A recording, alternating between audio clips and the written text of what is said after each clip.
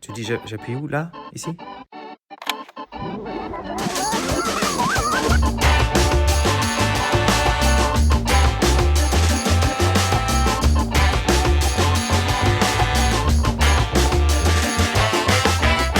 Les frangins sont pas tous gâteux, mais il y en a. Bonjour à tous, bienvenue sur ce nouvel épisode du podcast Les frangins sont pas tous gâteux. Nous sommes le jeudi 10 avril 2025 et je suis ici avec Cédric comme d'habitude. Salut Cédric, comment ça va? Salut Ludo, ça va très bien et toi? Bah écoute, ça va pas mal. Il a encore reneigé Oui. avant-hier, alors moi je sais plus quoi faire ici à Montréal. Ça commence à être un peu long et un petit peu ridicule, hein, faut bien le dire quand même. Là, on commence à atteindre un peu les limites de ce qui est acceptable. Mais bon, c'est comme ça. Oui. Et toi, comment ça va un Il a petit peu neigé, j'avais retiré les Ah, t'avais retiré tes pneus les pneus neige? d'hiver pour Oh, faire. non. J'avais retiré, il fallait changer de voiture, la mienne était rouillée, trouée, donc voilà. Puis ils nous ont donné la nouvelle avec des pneus d'été. Alors Ah j'ai ouais? dit oui, c'est pas une bonne idée. Ils m'ont dit bah c'est comme ça, donc bon, Oh bah on super. se débrouille, on va y arriver. Ah bah On va y écoute, c'est arriver. très bien. Donc tu as une nouvelle voiture, tu es donc Mais sinon content. ça va bien, la semaine était bonne. Bon bah c'est parfait. Oui, je peux rouler en toute sécurité. Bon bah c'est important, c'est ce qu'il faut. Alors tout d'abord, avant qu'on démarre aujourd'hui l'épisode, je voulais vraiment remercier tous les auditeurs qui nous suivent sur Apple Podcast, sur Spotify et sur YouTube avec une grosse audience sur YouTube. Là, c'est très intéressant parce que YouTube normalement c'était pas une plateforme de podcast, mais ils ont lancé ça voilà quelques mois maintenant ou peut-être un an et ça a l'air de vraiment démarrer très très fort. Alors bah écoutez, voilà, merci à tous ceux qui nous écoutent où que vous soyez. Et quelle que soit la plateforme que vous utilisez, ça nous fait vraiment très très plaisir. Si vous voulez continuer à encourager le podcast et à le faire connaître, eh bien faites-le par le biais de commentaires, que ce soit sur Apple Podcast, Spotify ou sur YouTube, ou simplement en parlant autour de vous à vos amis maçons ou non maçons, puisque évidemment ce podcast s'adresse à tout le monde. Mais en tout cas, ça nous fait vraiment très plaisir avec Cédric. C'est vraiment très sympa. Merci beaucoup infiniment. Alors Cédric, pour Oui, démarrer l'épisode d'aujourd'hui. j'ajoute que Oui, vas-y, je t'en prie. Oui, oui. Oui, je voulais dire que là, tu invitais les non-maçons à nous écouter et le sujet du jour peut les intéresser. Ah, Fortement. tout à fait. Alors, le sujet du jour, c'est pourquoi ne pas devenir franc-maçon? Quelles seraient les bonnes raisons pour ne pas devenir franc-maçon? Alors, en guise d'introduction, je voulais te demander, Cédric, Ouais. dans les dernières tenues que tu as eues, alors toi, évidemment, t'es maçon, hein, dans les dernières tenues que tu as Oui. eues, auxquelles tu as assisté, qu'est-ce qui t'a gonflé? Qu'est-ce qui m'a gonflé? Alors, voyons, qu'est-ce qui m'a gonflé? Il y a rien qui m'a gonflé dans le sens où j'aurais pu me dire, oh, je suis devenu maçon, j'aurais pas dû. Ce qui m'a gonflé un petit peu, enfin, ce qui me gratouille, c'est comme toujours l'organisation des agapes, qui fait Ouais. quoi, qui amène quoi, etc. Ça va me gonfler toujours. Mais je crois que je vais être redondant pendant nos épisodes et vous allez souvent m'entendre dire ça. Donc quand vous en aurez marre, juste à marquer dans les commentaires, est-ce qu'il peut se taire avec ces histoires d'agapes? Est-ce Voilà. qu'il peut arrêter de Donc, penser je qu'à vais- bouffer? et voilà, qu'à bouffer, et puis qu'à nettoyer, qu'à ranger, qu'à ouvrir une bouteille. Voilà, donc ça c'est mon petit souci que j'ai.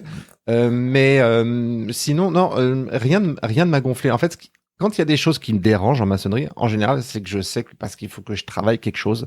Alors ça, c'est au contraire pour ça que j'y vais, c'est pour qu'il y ait des choses qui me dérangent. Ouais. Mais j'ai préparé une petite pour notre émission une petite liste de pourquoi ne pas devenir maçon sur un ton un peu léger pour s'il y a des gens qui sont pas maçons pour qu'ils puissent accrocher. Ouais. Et puis peut-être que je pourrais répondre mieux à ta question quand on rentrera dans le vif du sujet. Ah bah, Et toi, il y a écoute, des choses qui t'ont gonflé?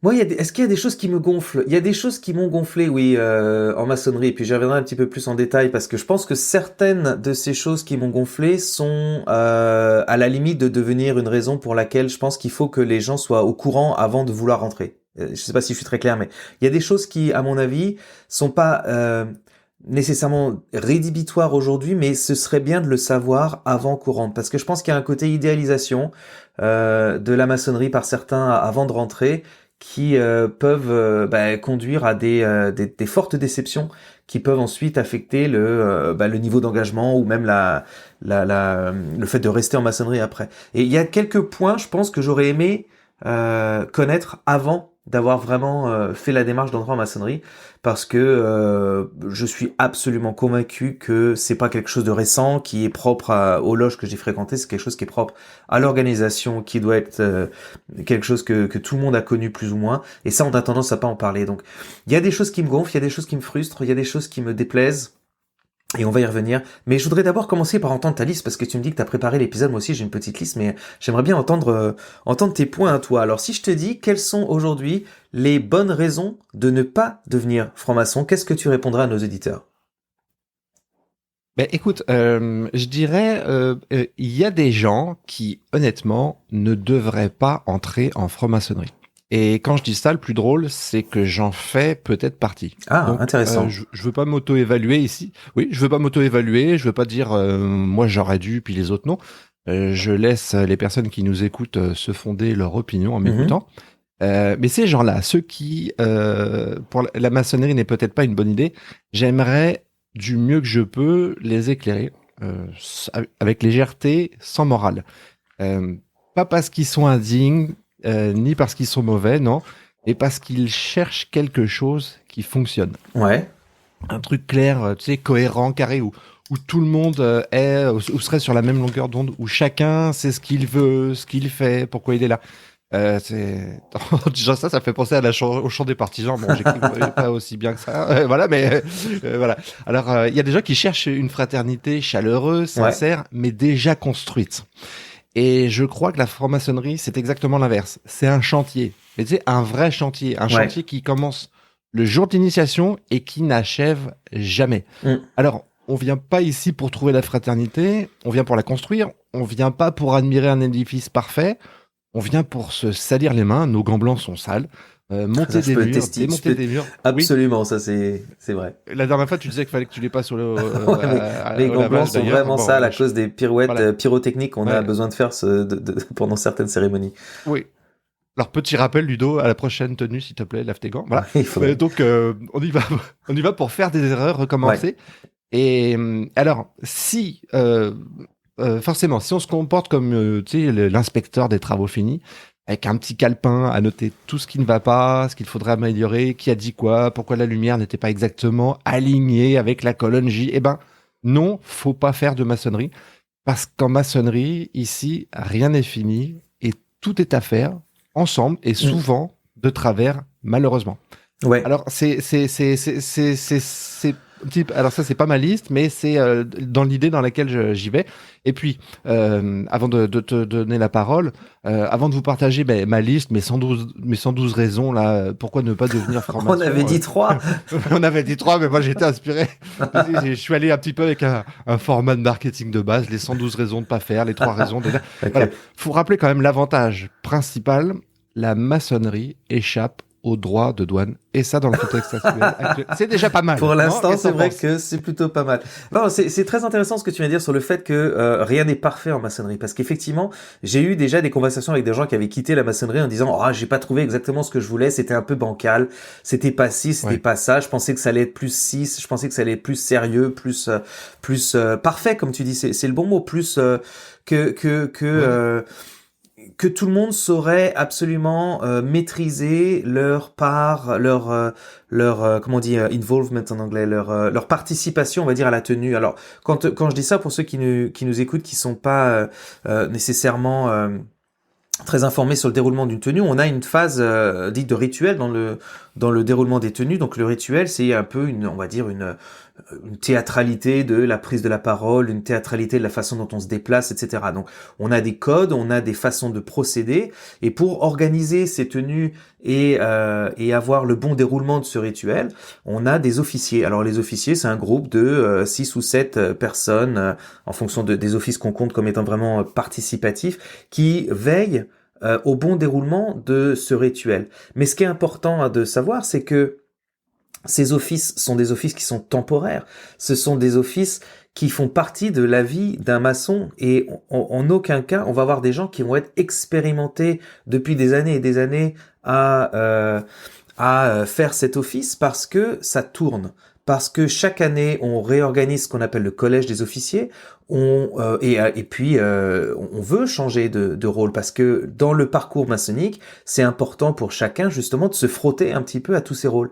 Mais du coup, qu'est-ce que ça veut dire quand chacun tourne très rapidement de rôle en rôle? C'est qu'on n'a jamais le temps de le maîtriser, on n'a jamais le temps d'être absolument parfait dans ce rôle, et on fait toujours des petites erreurs. Et on apprend de ces erreurs justement après en tant qu'officier. Et donc toute l'organisation de ces tenues est finalement faite par des gens qui ne sont pas experts de leur position.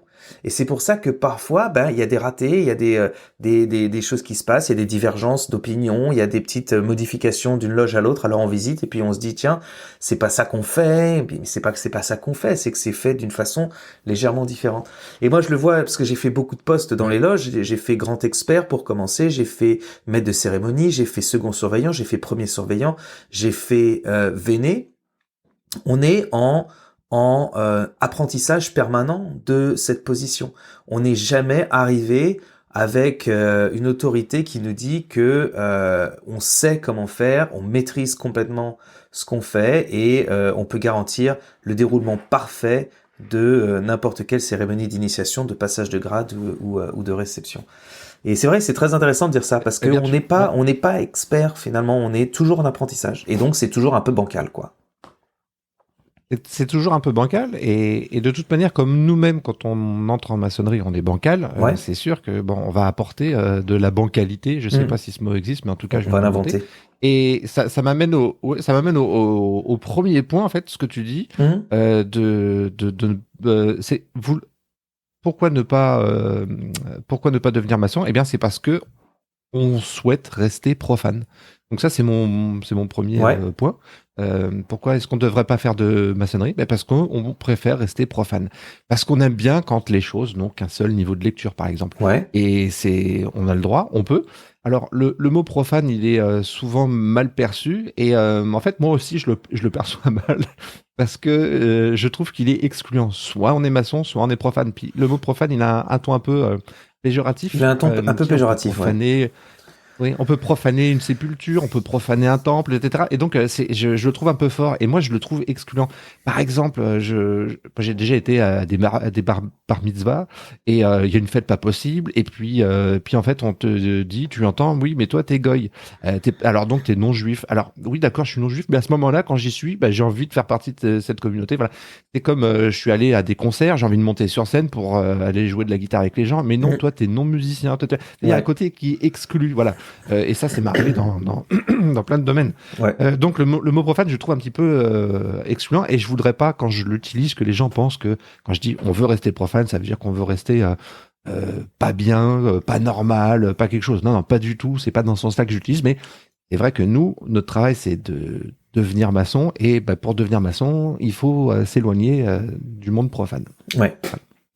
Tout à fait. Donc, ça serait un des premiers points. Et toi, est-ce que t'en as un, toi? Alors, t'en as un point, toi, t'en as rien. Oui, moi j'en ai plusieurs même. Alors je vais commencer par le premier que j'ai noté ici. Je vais être très terre à terre. Mais si on veut rentrer en maçonnerie parce que on a lu des histoires sur l'influence de la maçonnerie dans le passé, sur à quel point les maçons ont dirigé la France lors de la Troisième République en faisant des lois très progressistes, etc., etc. Ce qui était un petit peu une de mes motivations quand je me suis renseigné sur la franc-maçonnerie, je pense qu'aujourd'hui, il faut être très clair, c'est plus du tout le cas. C'est plus le cas. Et je sais qu'à chaque fois que je dis ça, il y en a qui disent oui, mais quand même, puis c'est pas le but. Si c'était le but d'une large portion de la franc-maçonnerie française pendant très longtemps, alors je sais qu'on va dire oui, tu as une vision très Grand Orient de France de la maçonnerie, etc. Alors là, je vais dire un truc qui va choquer, mais la maçonnerie à l'époque avait été créée justement dans le but de pouvoir quand même parler de choses de société et dans le but de réunir des gens qui étaient intéressés par une démarche progressiste. Donc pour moi, la maçonnerie du Grand Orient de France est quand même héritière de la maçonnerie telle qu'elle avait été conçue au tout départ. Et donc je me réclame d'une maçonnerie qui à l'époque avait pour pas devoir mais au moins objet d'influencer la société dans laquelle les gens vivaient pour justement apporter peut-être un contrepoint à certains lobbies religieux et à une domination des institutions religieuses dans ce qui était affaire de la société. Et donc je pense que c'est important quand même de se positionner là-dessus. Tu dis qu'il faudrait, avec ton point, c'est-à-dire qu'il faudrait se résigner, il faudrait renoncer à cette idée-là. Je pense qu'il faut. N'existe plus. Oui, tout à fait. C'est-à-dire que si quelqu'un aujourd'hui frappe à la porte du temple en disant je veux rejoindre la franc-maçonnerie parce que j'ai vraiment envie de peser dans la société, j'ai vraiment envie d'essayer de changer le monde, j'ai vraiment envie d'être un lobby républicain, laïque, dont les loges peuvent servir de creuset de réflexion pour inventer le monde de demain, qui serait un monde meilleur et plus fraternel et plus humaniste. Là, j'ai envie de dire, laisse tomber. Parce que tes réflexions vont t'apporter Oui. toi, tes réflexions vont sans doute peut-être à l'échelle locale, peut-être apporter quelques initiatives intéressantes, mais en tout cas, c'est certain qu'il n'y a plus de lois, de grands mouvements de société qui sont issus des loges. Et puis, c'est pas forcément un problème. Parce que je pense qu'aujourd'hui, dans le monde qui Oui. est le nôtre aujourd'hui, qui est très global, qui est très politique, qui est très influent de tous bords, avec des experts qui ont le même volume de voix et d'opinion que des influenceurs sur les réseaux sociaux, je pense qu'on n'est plus dans un monde qui a besoin d'une maçonnerie forte impliquée dans la société. Je pense que la maçonnerie doit se réinventer pour être quelque chose d'autre. Et d'ailleurs, ça fait partie de sujets qu'on a très souvent dans notre loge à nous, où on décide de revenir sur une maçonnerie beaucoup plus maçonnique et symbolique, ésotérique et même spirituelle, parce que justement le côté très sociétal et implication dans la société est quelque chose qui est vraiment dépassé. Mais ça, c'est un point qui, je pense, est très important. Donc, Ne pas chercher à devenir franc-maçon aujourd'hui si on espère changer la société. donc, dans l'idée de changer la société, ça voudrait dire que bah, on a une idée intéressante, qu'on travaillerait en temple, et cette idée, une sorte de lumière qu'on voudrait apporter en dehors du temple, ou dans le monde profane, et on se dirait, ben voilà, la lumière, c'est formidable, ça va éclairer sur tel et tel sujet, alors un sujet sociétal, par exemple, et l'influence là-dessus. Donc toi, tu dis, si c'est ça qu'on veut, ben on l'a plus. En gros, penser que la lumière, c'est important et qu'on va l'amener, c'est plus possible. Parce que ce que tu dis, ça résonne avec un point que moi j'avais noté, puisque ça rejoint l'idée de lumière. C'était si on pense que la lumière, c'est ce qu'on allume quand il fait noir, il faut pas devenir maçon. Parce que penser que la lumière, c'est ce qu'on allume quand il fait noir et rien d'autre, c'est pas ça. On parle beaucoup de lumière. Et la lumière, c'est vrai qu'il faut la trouver, il faut la traquer, il faut l'entretenir. Et au lieu de vouloir changer le monde, déjà, si on peut changer notre monde, c'est bien. Je parle de notre monde personnel intérieur. Absolument, ouais. Et puis, il y avait plein de petites lumières. Ça va faire peut-être qu'à un moment donné, ça va être un peu plus clair quelque part. Ça va apporter. Oui, Mais vouloir apporter une grosse lumière qui va illuminer comme ça, influencer, c'est comme ça. le dernier des Absolument. influenceurs sur Instagram. Ouais. Non, je pense qu'à titre personnel, ça reste quand même quelque chose qui est très intéressant. On peut quand même développer des choses, même localement, je dirais. On peut à la suite de travail en loge faire des initiatives au sein de sa ville, par exemple. À ce niveau-là que j'appellerais local ou associatif, pas de problème. Là, il y a encore beaucoup de choses à faire et je pense que la maçonnerie peut servir de point de départ justement pour établir une réflexion qui va nous pousser à aller dans telle ou telle direction en termes d'initiative. Mais quand on entend encore des gens dire oh oui mais les maçons font les lois, les maçons dirigent le pays ou le monde, ça c'est terminé et ça fait longtemps que c'est terminé. Donc si on arrive en maçonnerie avec On a une déjà du mal à volonté, faire la loi dans notre propre temple. exactement. Si notre motivation c'est vraiment d'essayer d'influer la société par le biais de ce qu'on nous accuse d'être ou de ce qu'on nous accusait d'être en tout cas, ça c'est certain que pour moi c'est vraiment une mauvaise raison. Et on va se casser les dents très très rapidement quand on va Ouais. se rendre compte que, comme tu viens de le dire, même si on est 20 dans sa loge, déjà c'est très difficile d'avoir 20 personnes qui vont être alignées sur une démarche ou sur une idée. Donc voilà. Oui. Alors aligner la société au complet, c'est un super pouvoir. Ben, si on me le proposait, je le voudrais pas, mais en admettant qu'il existe, c'est sûr qu'on l'a pas. Voilà. Ouais. J'ai un point, moi. Vas-y. Je voudrais avoir ton avis. Ouais. C'est pourquoi ne pas devenir maçon. C'est pour les personnes qui espèrent un réseau business performant. Mhm. Et les gens qui pourraient confondre le temple et Ouais. LinkedIn ou une soirée de réseautage. Qu'est-ce que tu en Ouais. penses de ça? Là aussi c'est intéressant parce que c'est quelque chose dont on nous accuse beaucoup d'être une fraternité de réseautage qui permet d'organiser des petites affaires. Alors ce qui est intéressant c'est que bon ça existe, il y en a eu par le passé, je suis sûr qu'il y en a encore Oui. qui se passent à droite à gauche, mais il faut savoir que c'est interdit purement et simplement. C'est-à-dire que normalement dans les règlements, d'ailleurs c'est écrit en toutes lettres dans le règlement général qui est le nôtre. Alors le nôtre c'est celui des Grands Orients, mais j'imagine que c'est la même chose dans tous.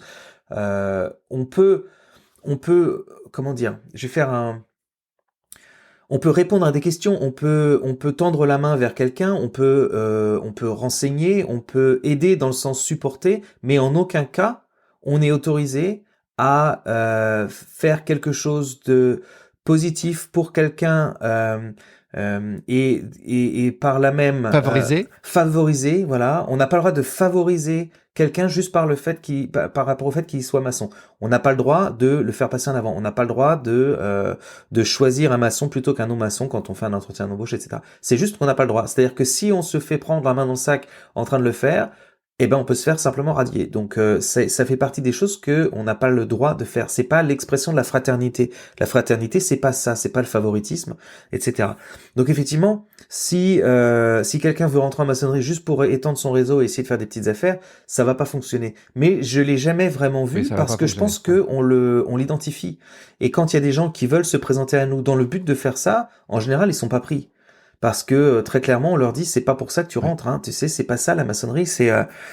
ça va pas fonctionner. Tu vas avoir des problèmes, on va avoir des problèmes, tu vas apporter le bordel, donc on préfère pas. Et donc les gens en général ne rentrent pas. Après, s'il y en a qui rentrent et s'il y en a qui décident d'utiliser leur réseau maçon pour faire des petites affaires, ils sont très souvent identifiés et dans ce cas-là, ils se font simplement remercier. Moi, je l'ai vu une fois ou deux. Hein. J'ai vu des gens qui allaient Ouais. rapidement donner leur carte de visite en disant si jamais quelque chose, machin, etc. J'ai toujours eu la même réponse. J'ai dit elle va aller dans la pile des cartes de visite de toutes les personnes qui me laissent leur carte de visite. Il n'y a pas une pile carte de visite pour frère ou Mm. sœur.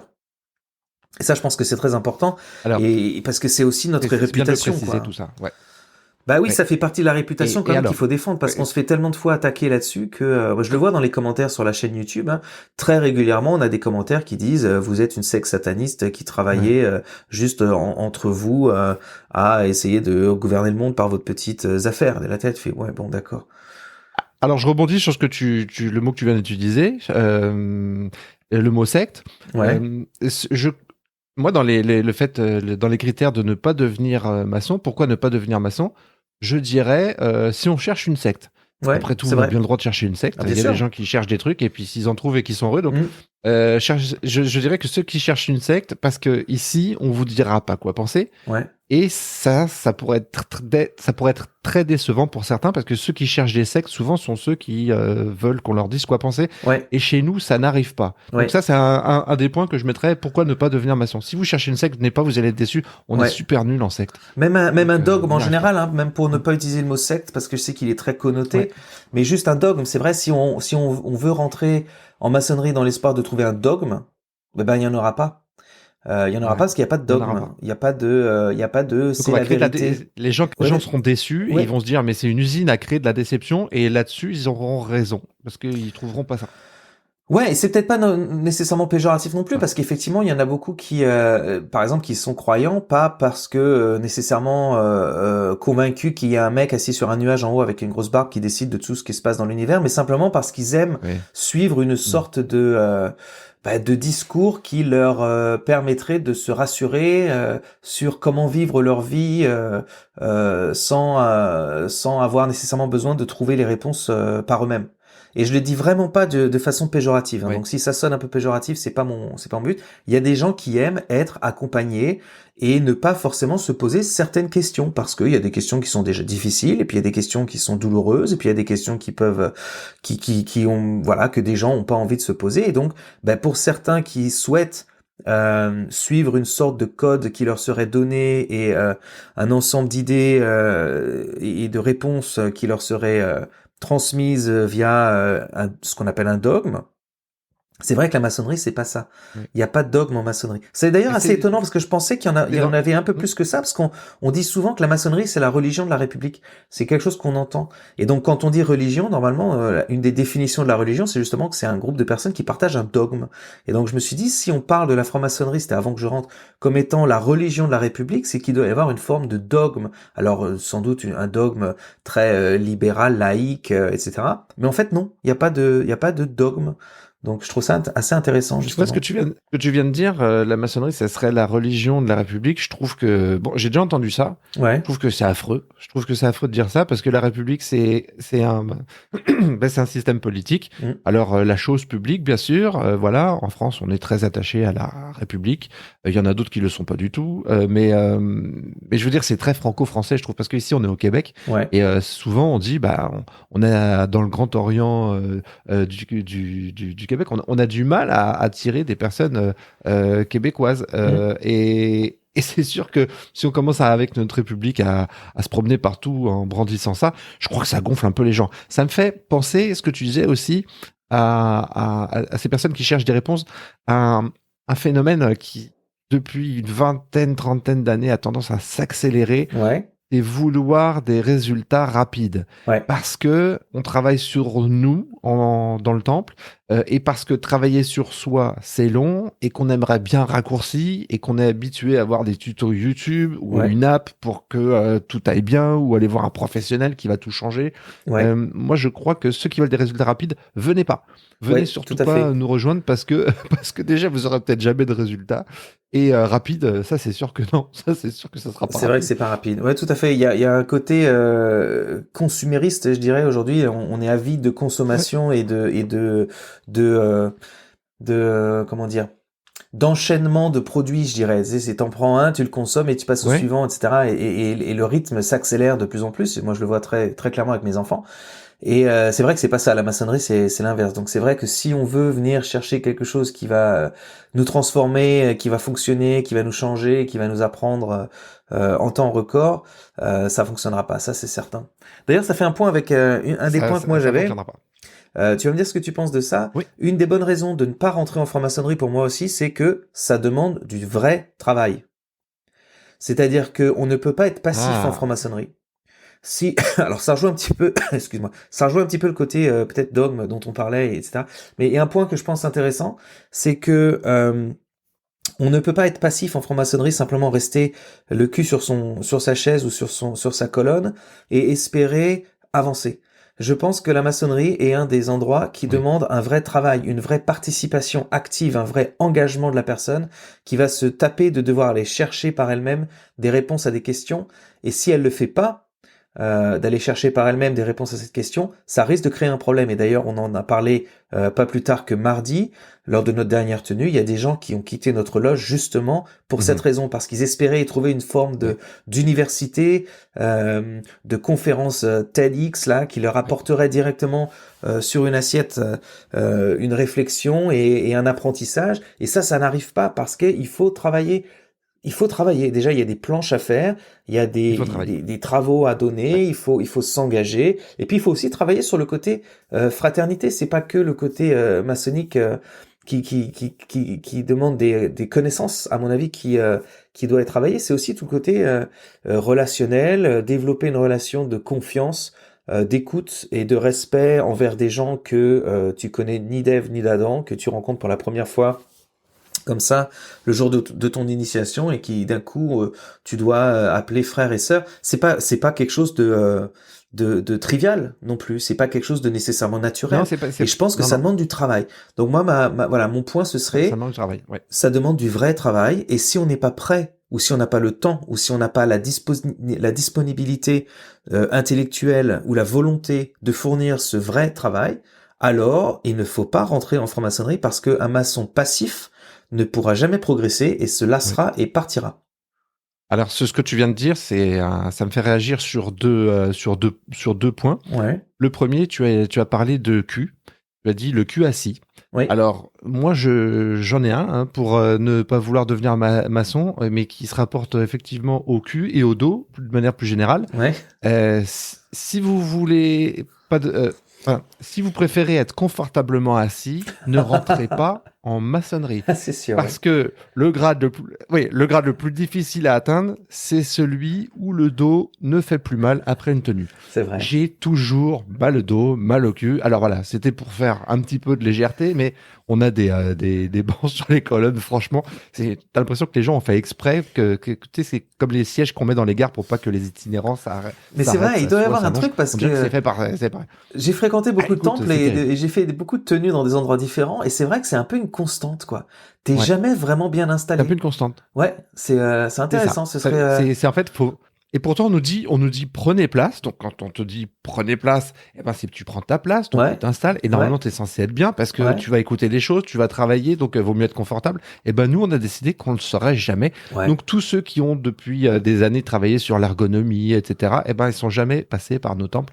Ça c'est sûr. L'autre Exact. chose qui me faisait réagir dans ce que tu disais par rapport au travail, c'est souvent les gens, je crois, qui veulent tout comprendre dès le début, vont aussi être déçus parce qu'il faut l'admettre. Parfois, on sort d'une tenue en se disant mais qu'est-ce qui s'est passé, Ouais, de quoi on a parlé, et c'est là en fait où on sent la nécessité du travail, ce que tu étais en train d'évoquer. ouais. Alors on a Bigzy sur le chat qui nous dit que chez lui les sièges sont super confortables. Alors voilà, ben je suis assez déçu Bon, ben d'entendre ça. Moi on je pense déménage, qu'on on va tous arrive, voilà. déménager chez Bigzy, on va tous Mm. aller rejoindre sa loge. Donc prépare-toi, Voilà. il y a toute notre loge qui va Oui. débarquer Bigzy.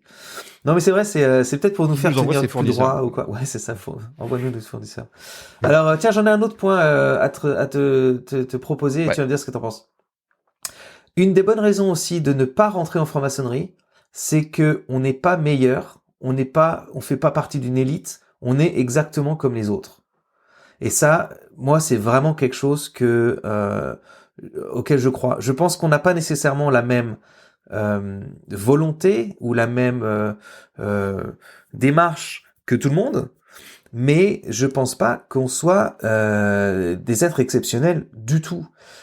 Et c'est quelque chose qu'on entend aussi. Et encore une Ouais. fois, si on fait l'analyse de personnes qui nous ont quittés par le passé, on a eu des fois des réflexions de personnes qui nous disaient j'ai été déçu, je pensais vraiment que vous étiez super plus intelligents, que vous étiez vraiment des cadors, tous des grands philosophes ou des grands scientifiques ou des grands sages ou des grands Manitou.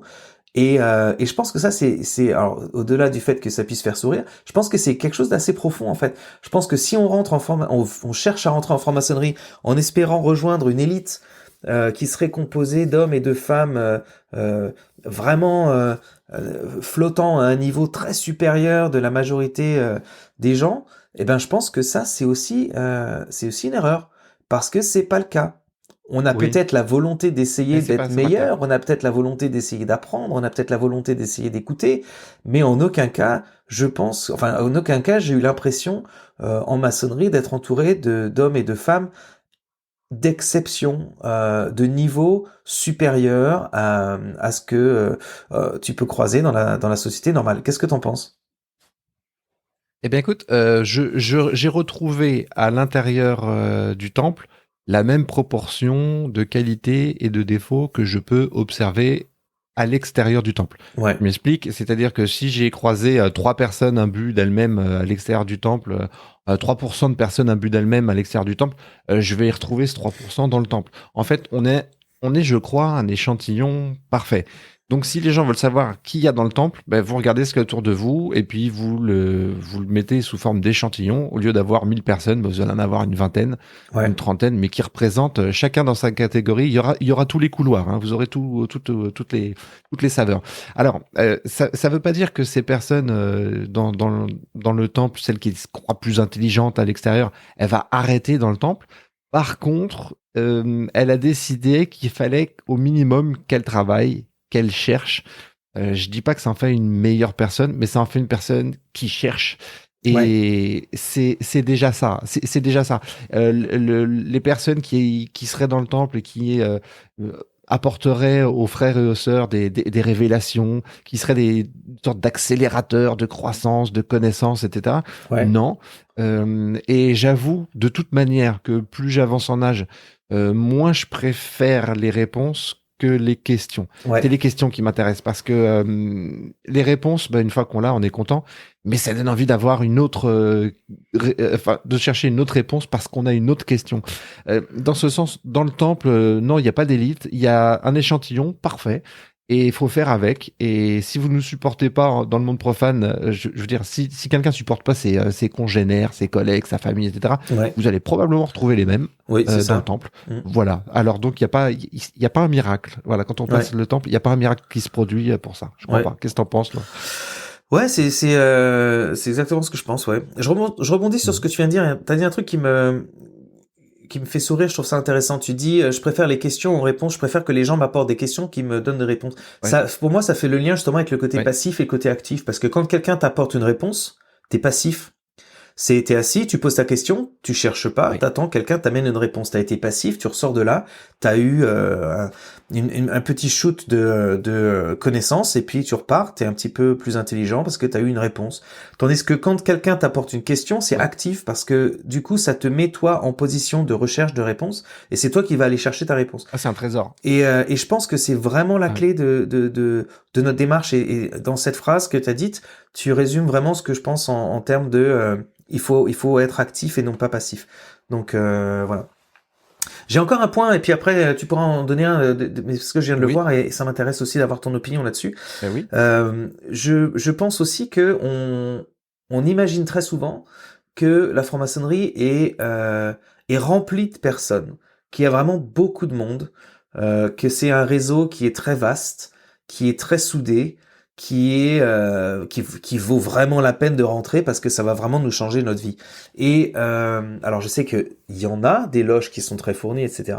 Mais par expérience personnelle et par expérience de rencontres et de conversations avec des frères et sœurs de d'autres loges du monde entier et en particulier de France, c'est pas le cas. Les loges sont relativement dégarnies. C'est-à-dire que on va avoir très souvent des loges qui n'ont pas beaucoup de membres.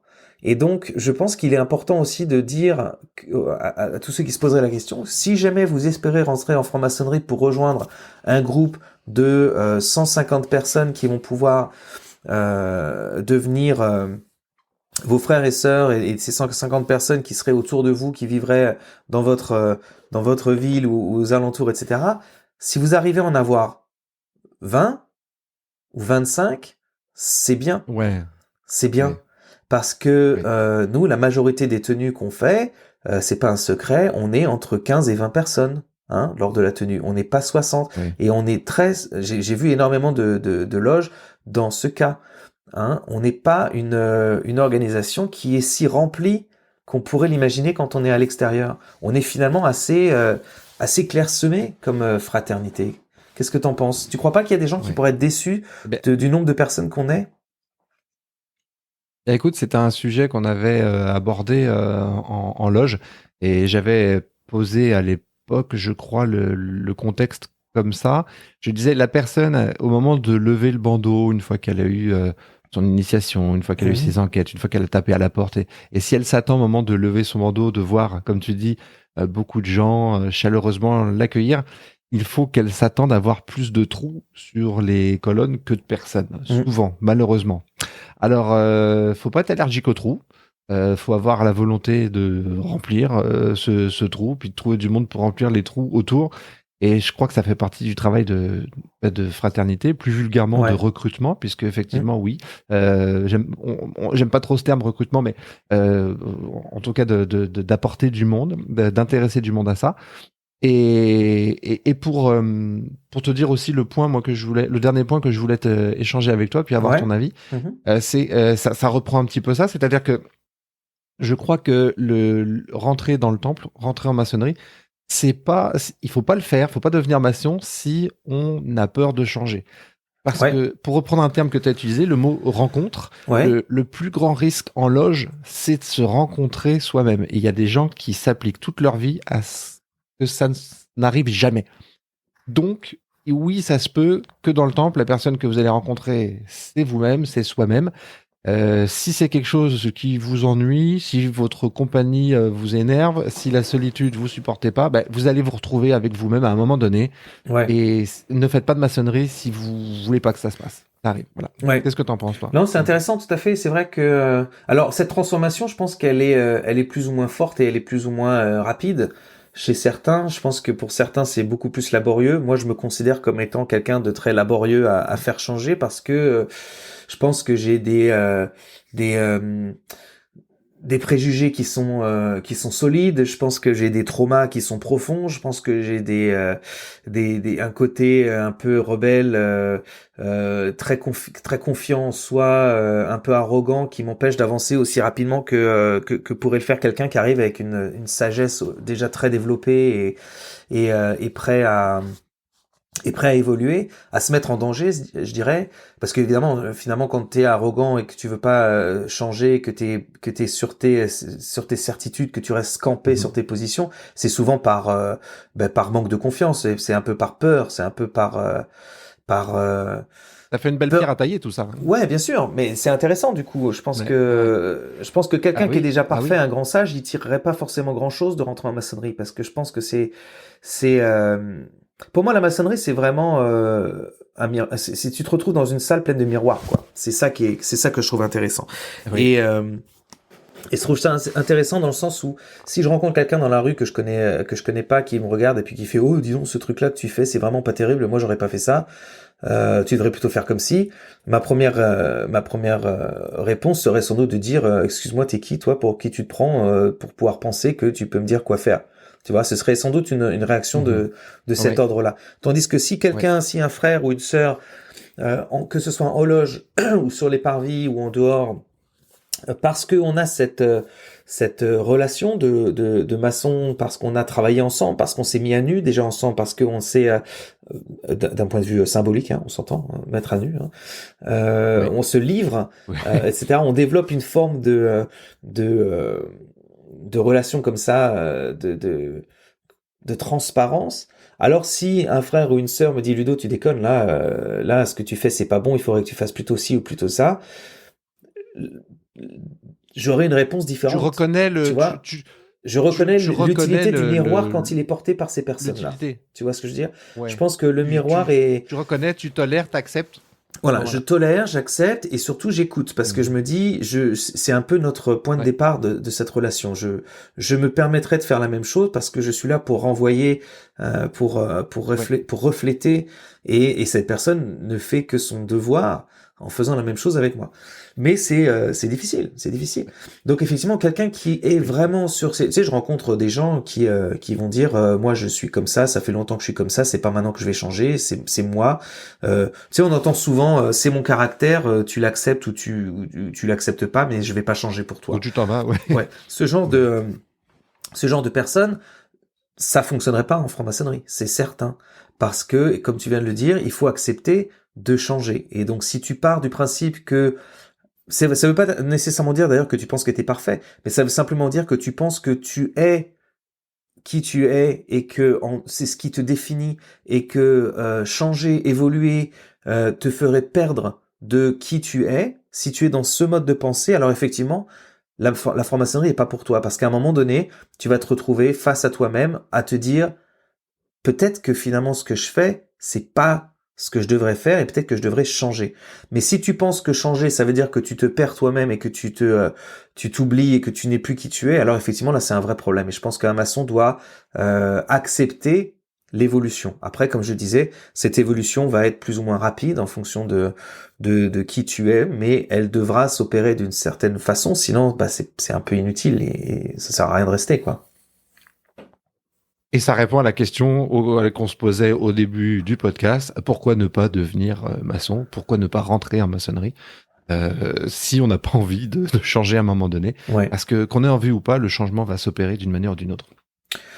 Ouais, je pense qu'il va s'opérer d'une manière ou d'une autre. Ouais, c'est et c'est là que je pense qu'on a vraiment le côté intéressant et c'est peut-être si on devait faire une émission sur pourquoi rentrer en maçonnerie et on devait synthétiser le tout en une raison, je pense que c'est ça. Le pourquoi vouloir rentrer en maçonnerie, ce serait sans doute parce qu'on accepte de pouvoir changer. Je dis même pas vouloir changer, hein. Je dis Ouais.